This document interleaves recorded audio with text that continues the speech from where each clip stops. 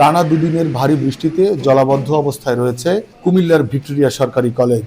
বৃহস্পতিবার জলাবদ্ধ কক্ষে অনার্স চতুর্থ বর্ষের পরীক্ষার্থীরা পরীক্ষা শেষ করেন। শহরতলির ধর্মপুরে অবস্থিত কলেজটির অনার্স ও ডিগ্রি শাখায় দীর্ঘদিন ধরে এই সমস্যা থাকলেও কার্যকর কোনো সমাধান নেওয়া হয়নি।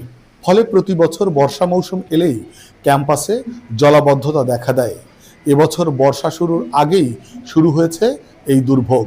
শিক্ষক ও শিক্ষার্থীরা জানান, গত মঙ্গল ও বুধবার সকালে কয়েক ঘন্টার বৃষ্টিতেই কলেজ ক্যাম্পাসে জলাবদ্ধতা সৃষ্টি হয়। শুধু খোলা জায়গায় নয়, পানি ঢুকে পড়ে একাধিক ভবনেও।